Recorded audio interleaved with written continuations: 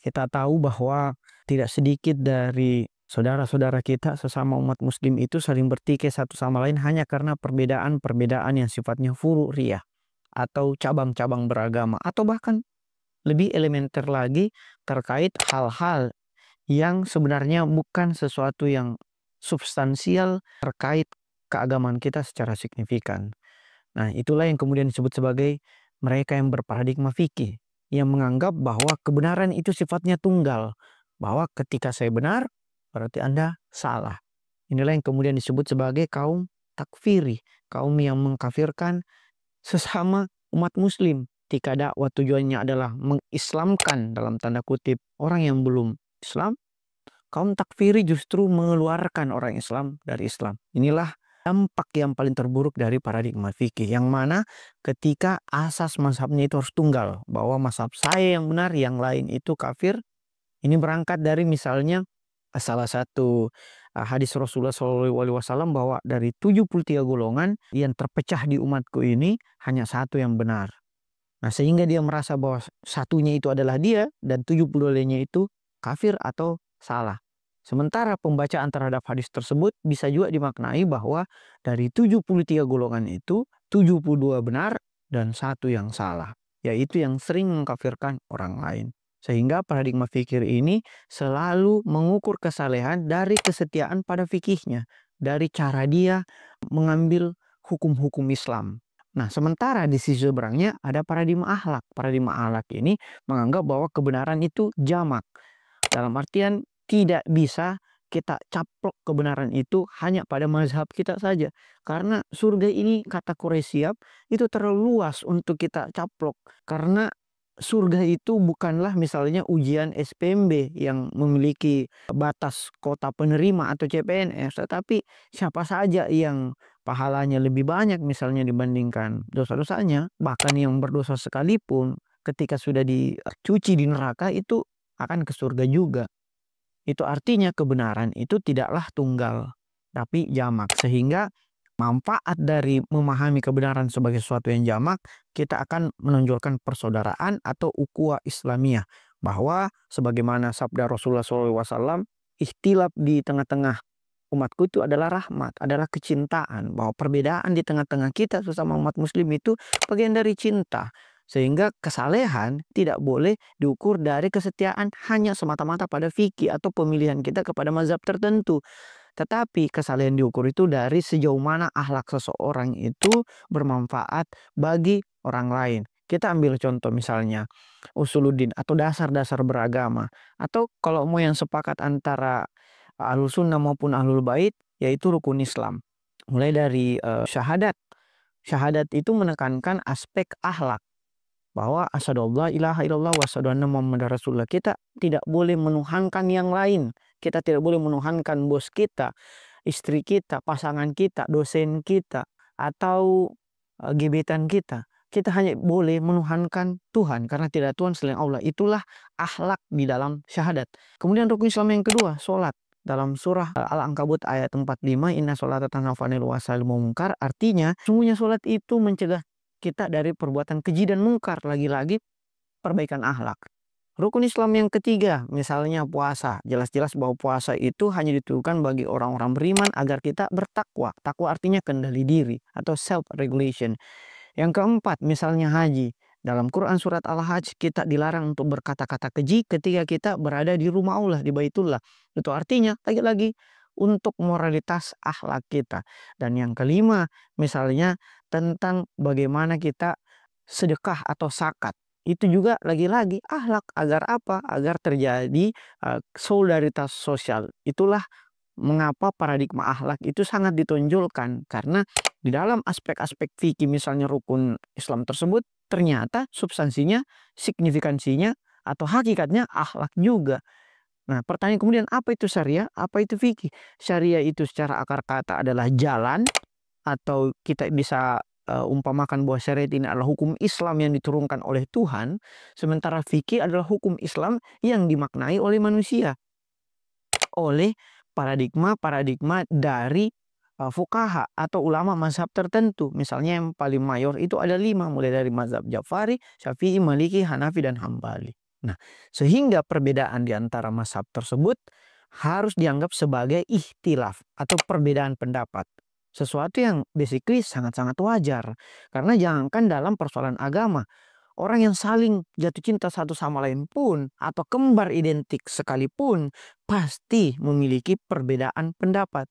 Karena sesuatu yang wajar. Bahkan kita satu detik yang lalu, kemudian di detik, menit, hari berikutnya, terkadang juga mengalami perbedaan pendapat. Saya harus merubah pendapat saya yang kemarin ketika saya menganggap itu harus diubah. Itu adalah sesuatu yang wajar. Jadi perbedaan atau ikhtilaf adalah sesuatu yang wajar. Yang perlu kita hindari adalah hilaf atau perselisihan. Ini harus kita hindari. Ikhtilaf wajar, hilaf itu harus dihindari. Sehingga dialog dan toleransi menjadi begitu penting untuk terus kita galakkan di tengah-tengah umat kita. Nah, adapun kedudukan akhlak di dalam Islam itu tercermin baik dari dalil-dalil Al-Quran seperti yang dijelaskan tadi, mulai dari sholat sampai zakat, kemudian dalil sunnah, bahkan Rasul ketika ditanya oleh sahabat apa esensi dari ajaran Islam, esensinya adalah husnul khuluq, akhlak yang baik. Bahwa saya tidak diutus, dalam hal ini Rasulullah SAW bersabda, saya tidak diutus ke bumi ini kecuali untuk menyempurnakan kemuliaan akhlak. Lagi-lagi esensinya adalah akhlak. Dan di dalil-dalil usul fikih juga sangat banyak diajarkan tentang akhlak. Baik itu kita dapatkan dari kodifikasi kitab-kitab fikih maupun pandangan-pandangan ulama kontemporer. Nah, ulama kontemporer tersebut kemudian menerapkan prinsip-prinsip ijtihad. Ijtihad yang sifatnya kontekstual, mengutamakan kemaslahatan umat dan penerapannya bijaksana. Nah, apa yang kemudian menyebabkan perbedaan pendapat di antara para ulama-ulama mazhab tersebut? Mari kita pelajari sejarah asal-muasal perbedaan fikih tersebut. Nah, yang pertama adalah di masa ketika Rasulullah SAW masih hidup dan kemudian di masa Khulafa Rasyidin. Nah, di masa Rasulullah SAW masih hidup, ya fikih di antara umat itu cenderung dapat bisa diatasi. Kenapa? Karena Rasulullah SAW masih hidup. Walaupun pada saat zaman Rasul ada juga yang mencoba untuk dalam tanda kutip menggurui Rasul SAW. Padahal kan ini jelas-jelas sudah ada nabinya loh. Kemudian di periode selanjutnya adalah periode Khulafaur Rasyidin. Mulai dari Khalifah Abu Bakar kemudian sampai kepada Khalifah Ali bin Abi Thalib alaihissalam, yang mana perkembangan di antara Khulafaur Rasyidin ini fikih kemudian dikodifikasi atau sudah dikumpulkan dalam sebuah kitab yang utuh. Disinilah peletakan dasar-dasar usul fikih sehingga penerapan hukum Islam menjadi dimulai pada zaman ini. Setelah perkembangan fikih di Khulafaur Rasyidin, kita masuk kepada perkembangan fikih di dalam masa baik itu tabi'in maupun tabi'in, di mana di sini sudah mulai pengembangan metodologi dari hukum Islam itu sendiri, baik itu prinsipnya istimbat melalui dalil dalam hal ini Al-Quran dan hadis maupun istimbat melalui ijtihad atau penalaran dari ulama mazhab tersebut. Kemudian masuklah kita ke dalam perkembangan atau periode emas dari fikih, yaitu ketika Imam Ja'far As-Shadiq, dalam hal ini keturunan kelima atau imam keenam dalam mazhab Ja'fari itu lahir. Itulah kenapa kita mengenal ada imam lima mazhab. Inilah periode emasnya. Kenapa? Karena disinilah ditandai fakultas hukum, bukan hanya hukum Islam, tapi fakultas hukum pertama di dunia, yaitu pada abad ke-7 Masehi. Nah, Imam Ja'far As-Shadiq ini mendirikan yang kemudian kita kenal sebagai Universitas Ja'far As-Shadiq, yang mana dua imam besar Ahlul Sunnah wal Jamaah belajar kepada Imam Ja'far As-Shadiq yang memiliki ribuan murid, yaitu salah satunya adalah Imam Abu Hanifah dan Imam Malik yang mendirikan mazhab Hanafi dan Maliki, yang mana Imam Hanafi dan Maliki ini kemudian mengajar pula dua imam Ahlus Sunnah lainnya, yaitu Imam Syafi'i dan Imam Hambali yang melahirkan mazhab Syafi'i dan mazhab Hambali. Secara tidak langsung mazhab Ja'fari yang diajar oleh Imam Ja'far As-Shadiq adalah mazhab yang paling utama, karena empat imam mazhab Ahlus Sunnah wal Jamaah ini secara langsung maupun tidak langsung belajar kepada beliau alaihissalam. Nah, tetapi kemudian fikih ini mengalami fase kemunduran atau fase stagnansi, yaitu ketika terjadi fanatisme mazhab. Ini ditenggarai oleh penguasa-penguasa baik itu dinasti Umayyah maupun dinasti Abbasiyah. Apalagi ketika invasi Mongol pada abad ke-12 di Irak yang membakar perpustakaan Baghdad pada waktu itu. Sehingga Islam mengalami kemunduran, terjadi penutupan pintu ijtihad, dan kemudian kita masuk ke dalam periode yang dibuka kembali ijtihad, yaitu ketika lahir ulama-ulama pembaharu, misalnya Mirdamat, Mulla Sadra, kemudian sampai ke abad ke-20 yaitu Murtada Mutahari, termasuk pula dalam konteks keindonesiaan.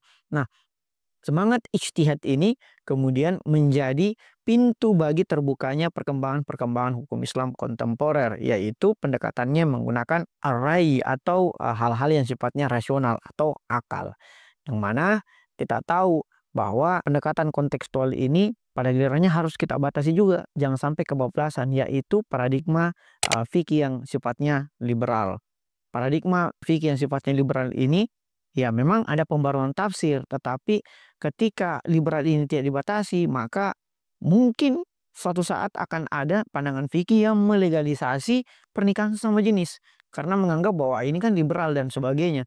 Kita harus membatasi akal kita pada teks-teks suci, dalam hal ini Al-Quran dan sunnah yang betul-betul syahih. Nah, sebagai penutup, bahwa sunnah dan hadis ini harus kita pahami bahwa sunnah itu adalah segala perkataan, perbuatan, dan ketetapan Rasul, sementara hadis merupakan kodifikasi dari sunnah. Bahwa tidak semua hadis itu sunnah karena ada hadis-hadis yang tidak dikodifikasi. Ada sunnah-sunnah yang tidak dikodifikasikan ke dalam hadis. Apalagi kita tahu bahwa ketika kita berbicara genealogi atau relasi kuasa antara pengetahuan dan kekuasaan, maka beberapa misalnya penguasa itu memproduksi hadis-hadis palsu demi kepentingan ekonomi dan politiknya. Sehingga kita harus cermat memahami hadis. Nah, sebagai penutup bahwa akhlak itu adalah sesuatu yang merupakan esensi dari agama, sementara fikih itu hanyalah pandangan dari ulama mazhab tertentu. Kita bisa menerapkan fikih kita masing-masing, tapi akhlak tetap harus diutamakan. Sekian, Assalamualaikum warahmatullahi wabarakatuh.